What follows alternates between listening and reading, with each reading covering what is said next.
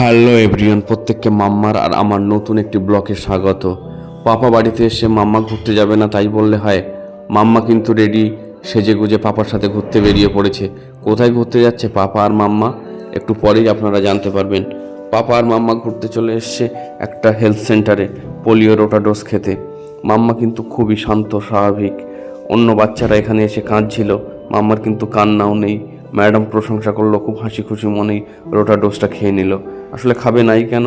মাম্মা এখন আছে পৃথিবীর সব থেকে সেফ জায়গা, অর্থাৎ প্রত্যেকটা মেয়ের কাছে একটা সেফ জায়গা হলো তার বাবার কোল। মাম্মা সেই জায়গাটাতেই আছে, ফলে ওর কোনো ভয় বা ওর কোনো চিন্তা কিছুই নেই। ও হাসি মুখেই রোটা ডোজটা খেয়ে নিল। ম্যাডাম ওর প্রশংসা করলো অনেক। মাম্মা একটু দুষ্টুমি করে যখন সে বাড়িতে থাকে, মাঝে মাঝে একটু বদমাইশি যা করে সব ওর মায়ের সাথে।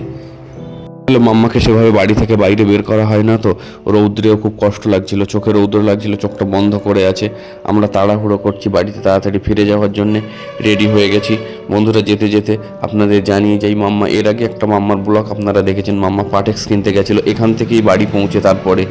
বন্ধুরা, মাম্মার ভিডিও আপনাদের কেমন লাগলো?